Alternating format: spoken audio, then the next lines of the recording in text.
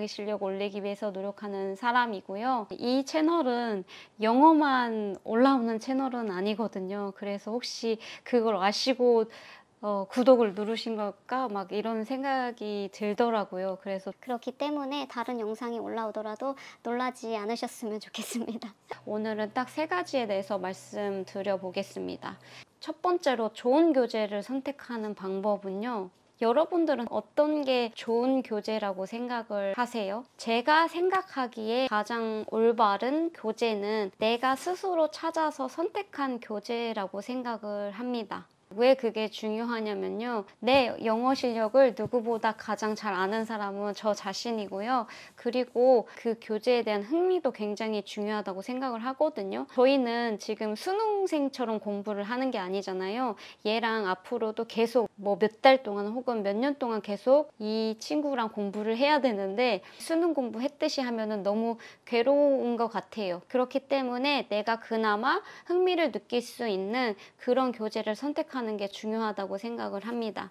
한 문장으로 딱 되어 있는 것보단 좀 단락으로 되어 있는 게 더 낫다고 생각을 하거든요. 그래야지 말을 어떤 흐름, 이런 말을 했을 때 그 다음에는 이런 문장을 할 수도 있겠구나, 이런 것도 좀 알 수 있기 때문에 더 좋다고 생각을 합니다.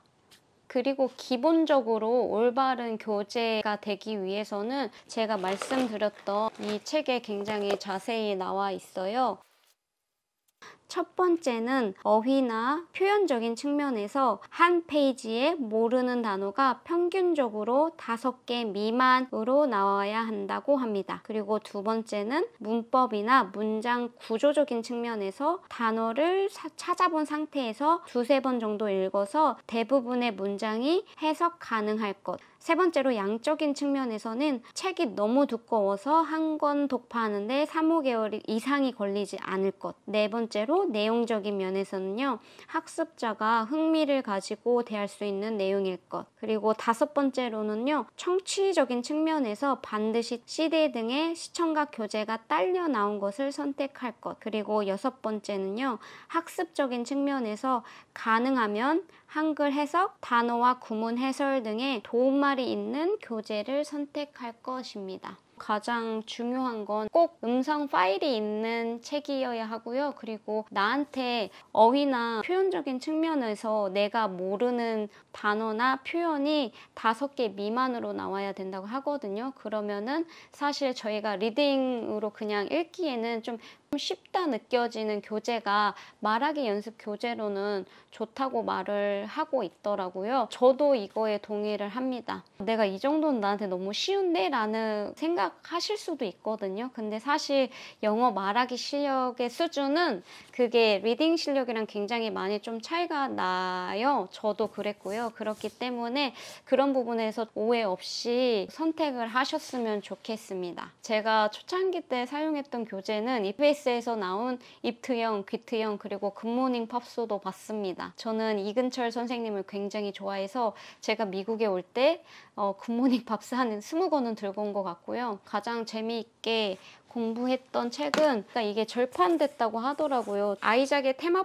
토크 120이라는 책이거든요. 이게 왜 재밌었냐면 일기처럼 써져 있는 책이에요. 그리고 하나의 내용이 길지도 않고 짧아서 초보인 제가 공부하기에는 제일 재미있게 느껴졌습니다. 제가 한국에 갔을 때 서점에 가서 다 샅샅이 뒤져보면서 이거를 발견을 했었고, 그리고 제가 영어 말하기 공부를 시작했을 그 초창기에는요, 유튜브라는 거를 저는 몰랐어요. 그렇기 때문에 그때는 저한테 교재가 더 한정적으로 선택의 폭이 있었거든요. 근데 지금은 더 많이 선택의 폭이 있는 것 같아요. 그리고 여러분도 다 아시겠지만 라이브 아카데미의 빨간모자 선생님이 또 책을 내셨더라고요. 그분 책을 아직 보지는 못했지만 그분이라면은 꽤 괜찮은 책을 내지 않았을까라는 생각도 듭니다. 그래서 참고해보시면 좋을 것 같습니다. 그리고 두 번째로는요. 소리내서 말하기를 연습하는 방법인데요. 지난번에도 말씀드렸지만 왜 중요하냐면요.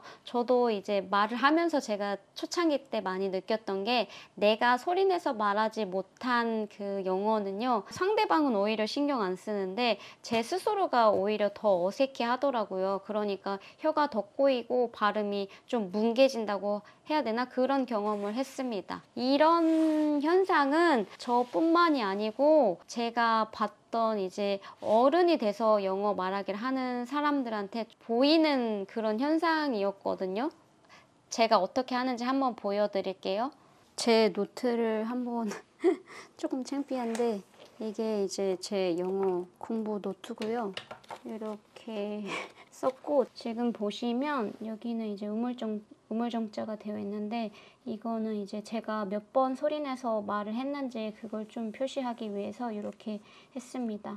저는 노트 쓰는 거를 굉장히 중요하다고 생각을 하는데요.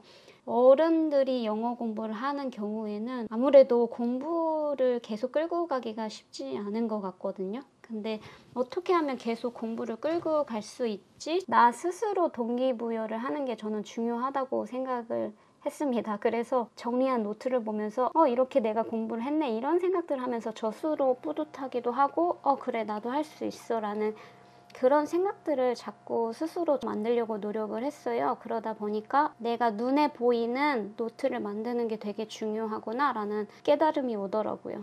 그래서 지금까지 계속 노트를 사용하고 있고요. 처음부터 네 번째 단락까지 해보겠다 이런 식으로 하루에 좀 양을 정해놓고 그거를 계속 반복적으로 소리내서 따라하는 게 더 효과적이거든요.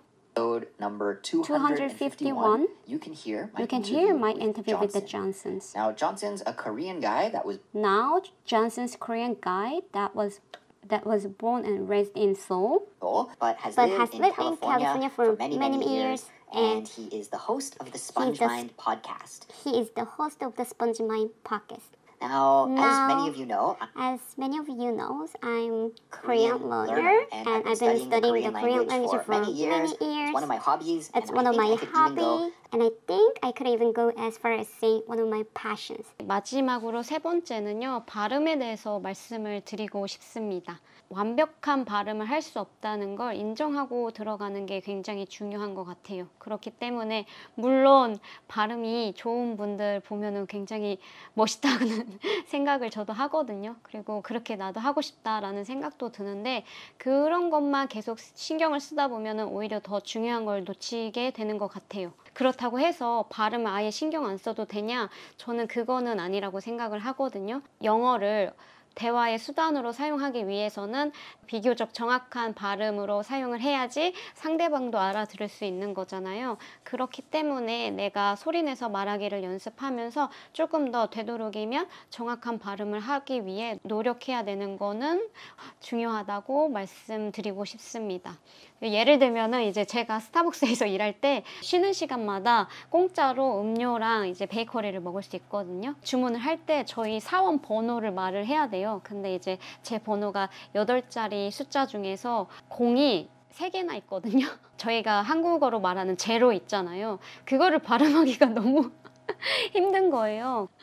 너무 제대로 발음을 못하니까 애들이 못 알아듣더라고요. 같이 일하는 애들이요. 그런데 이제 나중에는 점점 갈수록 여러 번 반복하면서 하니까 이제 제 번호가 이제 8자리 중에 앞번호가 3700거든요. 근데 지금은 자연스럽게 나오는데 그런 거를 겪으면서 이게 별거 아닌 건데도 소리 내면서 자꾸 정확한 발음을 내도록 연습해야 하는 게 중요하구나. 그러면 어쨌든 완벽한 발음은 되지 못해도 조금 더 정확해지는구나 라는 걸 느꼈습니다.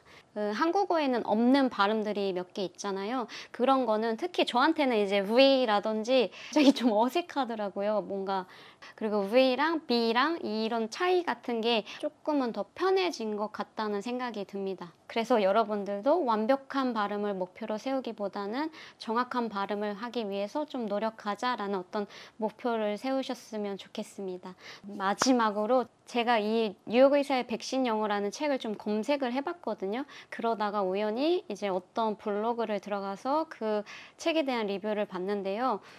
그 블로거님이 말씀하시기를 어떤 문장에 딱 밑줄을 그어놓고 왜 아직도 읽기를 중요하다고 생각하는지 모르겠다 이렇게 글을 쓰셨더라고요. 저의 개인적인 견해는 이 책에서는 책을 읽어라에 대한 방점이 있는 게 아니고요. 소리 내는 것 그거에 대해서 더 포인트가 맞춰져 있거든요. 여러분들이 혹시 읽기에 대해서 좀 포커스를 맞출까봐 제가 다시 한번 말씀드리고 싶은데, 저는 이 책을 여러 번 읽었고 이 책에서는 읽기에 포인트를 맞춘 게 아니고요. 소리를 듣고 소리를 따라 내는 거에 그 포인트가 맞춰져 있거든요. 그렇기 때문에 여러분이 그 책을 조금 더 주의 깊게 읽으시면 더 좋겠다라는 생각도 들었습니다. 네, 그러면 이것으로 영상을 마치겠습니다. 오늘도 영상 시청해주셔서 너무 감사합니다.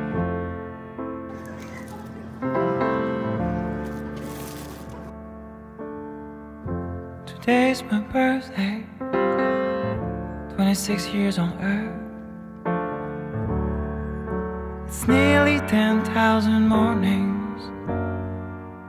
Well, it didn't go too fast, it didn't go slow.